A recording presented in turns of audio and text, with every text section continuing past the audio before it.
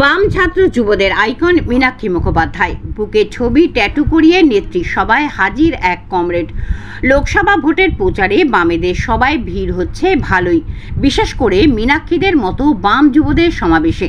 বুধবার চুচড়া ডিআই মাঠে হুগলির বাম প্রার্থী মনোদীপ ঘোষের সমর্থনে সভা করেন বাম নেত্রী মীনাক্ষী। সেই সভায় দেখা যায় এক বাম কর্মীকে লাল ঝান্ডা হাতে দাঁড়িয়ে তার বুকে ট্যাটু করা মীনাক্ষীর ছবি। এখনো বুদ্ধবাবু জীবিত, রাজ্য সম্পাদক মোহাম্মদ সেলিম থেকে অনেক বাম নেতৃত্বই থাকতে মীনাক্ষীর ছবি কেন বুকে খোদাই করলেন? এই প্রশ্ন সুজিত বোস বলেন, মীনাক্ষী আমাদের ক্যাপ্টেন, সে যেভাবে সামনে থেকে নেতৃত্ব দিচ্ছে তাকে স্যালুট জানাতেই এই ট্যাটু। ভক্তের ট্যাটু করা প্রসঙ্গে মীনাক্ষী বলেন, ভক্ত বলবেন না, আমরা একসঙ্গে রাস্তায় লড়াই আন্দোলনে থাকি। কোনো কর্মীকে কোনো নেতার বা কোনো নেতাকে কোনো কর্মীর হয়তো পছন্দই হয়, সেই পছন্দের ভিতটাই হলো রাজনীতি, সেই পছন্দের ভিতটাই হলো আদর্শ, সেই পছন্দ হলো রাস্তার থেকে লড়াইয়ের জেদ। ফলে সেইটা যখন এক জায়গায় থাকে তখন মানুষ মানুষকে ভালোবাসে এবং তারা সেই সব কাজ করে। আমি তাদের ধন্যবাদ জানাচ্ছি। এই কালচার যাতে নেগেটিভ দিকে না গড়িয়ে যায়, মাথাটা ঠিক রেখে আমরা দেশ রাজ্য বাঁচানোর লড়াইয়ের হাতে হাত ধরে থাকতে পারি। হুগলি থেকে অমল চক্রবর্তীর রিপোর্ট, টাইমস প্রতিদিন। নেত্রী আমাদের, ঠিক আছে, আর দলকেও নেত্রী, সেই জন্য আমি মীনাক্ষীকে শ্রদ্ধা জানাই, প্লাস কমরেডদের সবাই কমরেডদের শ্রদ্ধা জানাই। এরকম হঠাৎ করে সবার মাঝে মীনাক্ষী মুখোপাধ্যায়ের ছবি বুকে এঁকে একদম পতাকা নিয়ে কি বলবেন? আর কি বলবো, আমাদের মীনাক্ষী যোদ্ধা মানুষ, ঠিক আছে। আমি তার সব ক্ষেত্রে মানুষের সঙ্গে লড়াই করছে, সবার ক্ষেত্রে গরিব খেটে খাওয়া মানুষের স্বাস্থ্য শিক্ষা সব ব্যবস্থা শেষ হয়ে গেছে, সেই জন্য মীনাক্ষী মুখার্জি লড়ছে। কেন মীনাক্ষীকে কেন নিয়ে এলেন?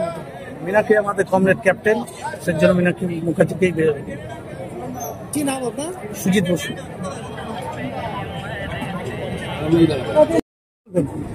আপনি করেছেন ওদের সাথে। বলছে আমরা ইন্ডিয়া জোটকে এখানে সাপোর্ট করব, কিন্তু এইখানে বঙ্গে কিন্তু সিপিএম এবং বিজেপিকে সাপোর্ট। বাংলায় কথা আছে, টিকটিকির দৌড় বাদারগোড়া, বহুল দৌড়েছেন, বাদারগোড়া পৌঁছেছেন, আবার ফিরে আসছেন। তার এই যাতায়াত নিয়ে আমরা যথেষ্ট সন্দিহান, কিন্তু দেশ বাঁচানোর পক্ষে বিজেপির বিরুদ্ধে এবং পশ্চিমবঙ্গের তৃণমূলের বিরুদ্ধে আমাদের লড়াইটা, বাম কংগ্রেসের লড়াইটা, এটা চলবে এবং এটা ধারাবাহিক। এই লড়াইয়ে কোথাও ছেড়ে নেই। আপনি বলছেন যে ইন্ডিয়া জোট জিতবে, মমতা আজকে এসে এখানে সেও বললো ইন্ডিয়া জোট জিতবে এবং উনি বাইরে থেকে সাপোর্ট করবেন আজকে বলছেন। প্রথমে বলছিলেন জোটে আমি আছি, এখন বলতে বাইরে থেকে করবে, এর মানেটা কি? দেখুন, নাট ফেল করে যাচ্ছে, তো কখন কি বলছে এখন বলবেন না। 4 তারিখের পর রেস্ট পাবে, দেখবেন ঠিক হবে। আজকে অমিত শাহ এসেছিল শ্রীরামপুরে, সেখানে বলছে লক্ষ্মী ভান্ডার বন্ধ হবে না, বরঞ্চ 100 টাকা করে আমরা বৃদ্ধি করব, মহিলাদের হাতে তুলে দেব। আমরা বলছি টুকরো রুটিতে নয়, গোটা রুটির দাবিতে মহিলাদের আন্দোলন চলবে এবং আমরা সেই রুটিটা যাতে নিজেরা রোজগার করতে পারি, বাম কংগ্রেসের নেতৃত্বে সেই লড়াইটা পশ্চিমবঙ্গের মাটিতে এবং দেশের মাটিতেও হবে। প্রধানমন্ত্রী দুদিন আগে বার্তা দিলেন হুগলিতে যে কংগ্রেসের শাহজাদাকে অত সিট পাবে না যত ওনাদের বয়স হচ্ছে, কি বলবেন এর উপর? সব নোংরা কথাবার্তা, এসব রাজনীতির কথাবার্তা নয়। দেখলাম যে আপনার একজন ভক্ত, তিনি বুকে আপনার ছবি এঁকে রেখেছেন, ট্যাটু করে রেখেছেন, কি বলবেন? ভক্ত বলবেন না, আমরা একসাথে সবাই রাজনীতি আন্দোলন, লড়াই আন্দোলন রাস্তায় থেকে করি।